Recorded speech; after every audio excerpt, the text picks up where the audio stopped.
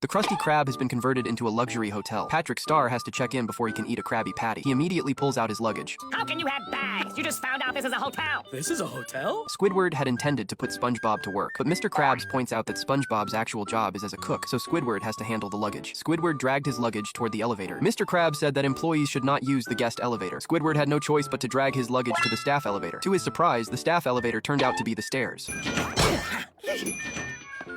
What's in these bags? Rocks?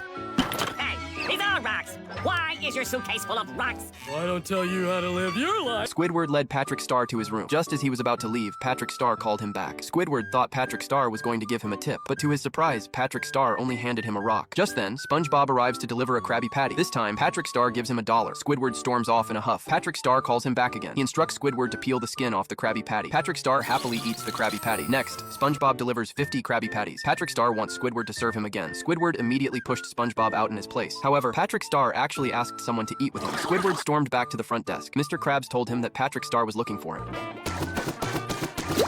Hooray! Thanks, Squidward.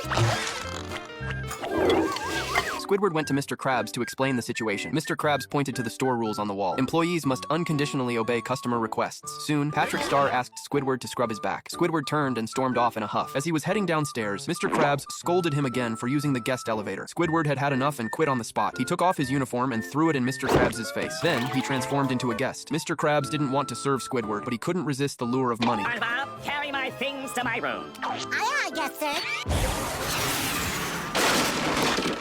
And you can carry me to my room. And why in tarnation would I do that? I got 4 legs that aren't broken. The plaque. They arrived at the room door. Then, Squidward began ordering food. He added all sorts of random things to his Krabby Patty. Yes, sir. Here you are, sir. Well, you got your stinky sandwich. Now eat it. Oh, I'm not gonna eat this.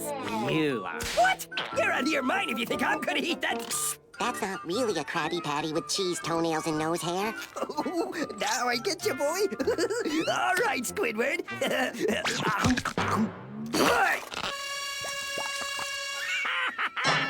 SpongeBob! Squidward called to ask for his mom's cookies. Mr. Krabs brought the cookies to the door. Squidward took just one bite and threw it up. Mr. Krabs had no choice. He took SpongeBob to Squidward's mom's house. They asked her to make the cookies. After eating the cookies, Squidward complained that the guest room was too plain. He demands that the room be redecorated in a royal style. Mr. Krabs is absolutely furious, but Squidward threatens him with the store policy. Mr. Krabs has no choice but to comply. Mr. Krabs and SpongeBob begin renovating the room.